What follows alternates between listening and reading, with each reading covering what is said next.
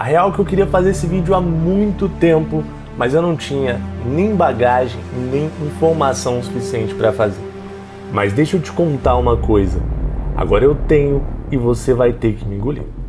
Vamos falar um pouquinho aqui da farsa envolvendo os íons, das grandes mentiras que cercam esse meio. Cada hora aparece um boato novo, uma mentira nova.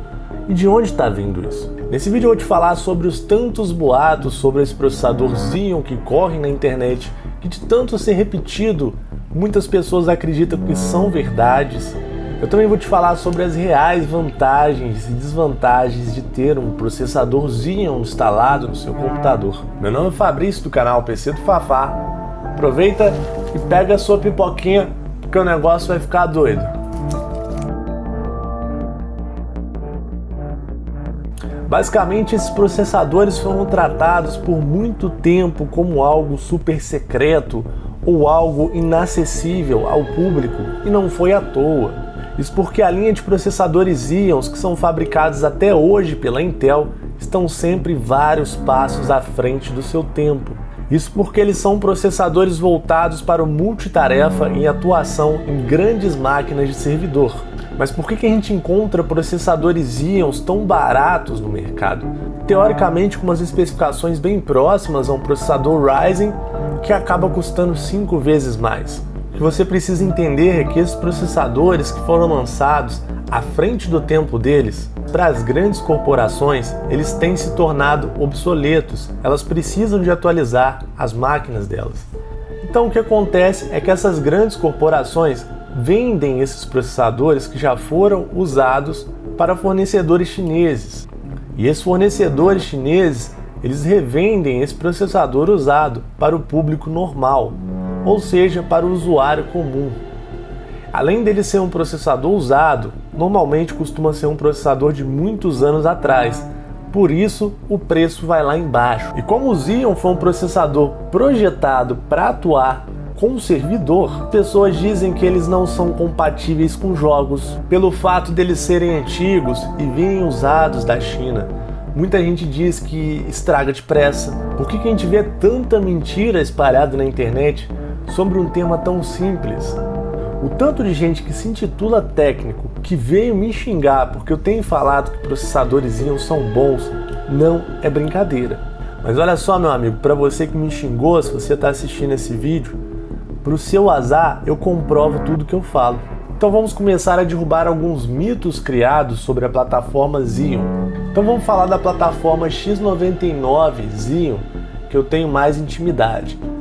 Também conhecida como a plataforma LGA 2011/3.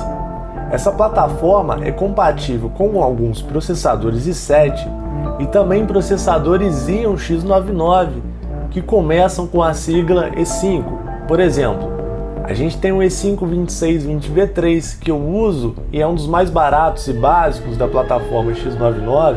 A gente também tem o Xeon E5-1620V3, que já é uma linha de processadores Xeon da mesma geração, que tem menos núcleos e um clock um pouquinho mais alto. Assim como eu já havia dito, muitos processadores Xeon foram focados no multitarefas, e esse processador que eu uso é um exemplo disso. A frequência dele em GHz em estoque, ou seja, do jeito que ele vem de fábrica, é de 2.4 GHz, sendo um pouco mais baixa do padrão que é utilizado hoje para games. Então é um processador que tem muitos núcleos e tem umas frequências um pouquinho mais baixas em cada núcleo. Isso acaba impactando na performance de alguns jogos, principalmente os jogos mais antigos, que são otimizados para processadores com poucos núcleos e com a frequência bem mais alta. Por isso algumas pessoas dizem que os Xeon são ruins para jogos. Mas aí que entra o X da questão. Os processadores Xeon não são ruins para jogos e não tem problemas de incompatibilidade com jogos. Talvez nos jogos mais antigos você não tenha o resultado esperado, considerando o quão parruda é a configuração do seu Xeon. Mas a tendência é que os jogos mais novos sejam otimizados para usar mais núcleos do processador, uma vez que no mercado gamer tem chegado vários processadores com muitos núcleos, então os jogos estão saindo otimizados para mais núcleos. E aí você acaba utilizando melhor a potência do seu processador Xeon. Então a grande verdade que acontece com o processador Xeon é que muitas das vezes você vai ter um processador muito potente E durante a jogatina você não vai conseguir usar 100% do seu processador por conta dessa falta de otimização. Só que isso também agrega vantagens.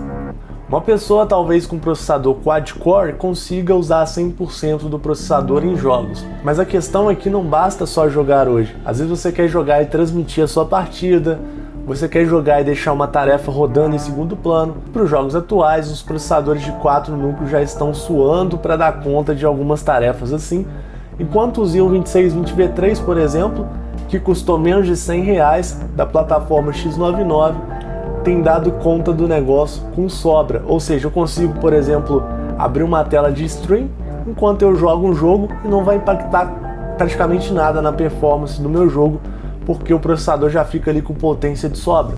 A grande questão é que, por serem mais antigos e não serem como os processadores AMD, que normalmente a AMD não muda o socket do processador, ou seja, o encaixe deles, muitas pessoas dizem que o Xeon não faz upgrade. Mas a verdade é que você comprando o Xeon, você pode fazer um upgrade sim, só que de processadores daquele ano que ele foi lançado. Então tem processadores muito potentes que competem com os Ryzen mais top do mercado, porém eles são mais caros, também eles são uma tecnologia um pouco mais antiga. Então por isso surgiu esse mito de que o Xeon não faz upgrade, quando na verdade faz. E a gente entra em outra questão, que normalmente os processadores Xeon são excelentes para trabalhar com edição, com renderização de vídeo, por conta que esses programas de renderização normalmente são otimizados para usar vários núcleos. Agora, para mim ver um mito mais difícil das pessoas entenderem, kits Xeons estragam rápido.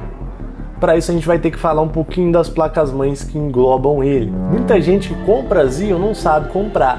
Então a pessoa vai lá e compra uma placa-mãe chinesa fuleira que não aguenta o processador que ela quer colocar. Eu já expliquei em alguns vídeos aqui no canal que a placa-mãe tem uma alimentação e ela precisa de enviar energia para o processador. Quando o processador pede uma energia para a placa-mãe que ela não dá conta de entregar, ela sobrecarrega os circuitos dela, ela sobrecarrega os VRMs. O que acontece é que a sua placa-mãe tem a vida útil reduzida e ela vai estragar rápido. Uma desvantagem de montar o kit Xeon é que você precisa de comprar todas as peças da China e você não vai ter o RMA aqui no seu país. Às vezes a peça da China tem até garantia, mas lá na China, então você não consegue usar essa garantia aqui. Acontece que mesmo o produto tendo qualidade boa, você está sujeito a receber um produto estragado ou ele estragar na sua mão. Então quando estraga, o cliente fica super insatisfeito por não ter o suporte técnico adequado aqui, e isso espalha na rede, porque a tendência às insatisfações dos clientes serem espalhadas para mais pessoas, porque são os medos que as pessoas têm. E aí que entra uma grande mentira, o mito dos mitos, que é sobre a qualidade dos produtos chineses. A pessoa que vira e fala que produtos fabricados da China têm qualidade ruim, não sabe o que está falando. Começa a pegar os produtos que você tem e ver aonde que eles foram fabricados, que você vai se impressionar. Os melhores produtos eletrônicos fabricados e vendidos no mundo são feitos na China. Você acha que a sua TV Samsung foi fabricada aonde? Você acha que o seu iPhone foi fabricado aonde? Muitas fábricas de variados produtos eletrônicos têm produção na China. Você está comprando produtos chineses e não está nem sabendo. Se você tem interesse em hardware e quer se ingressar numa comunidade que tem um compromisso com a verdade, é aqui que você deve se inscrever. Minha meta é chegar até 5.000 inscritos no final do ano. Vou ficando por aqui, um abraço e até mais!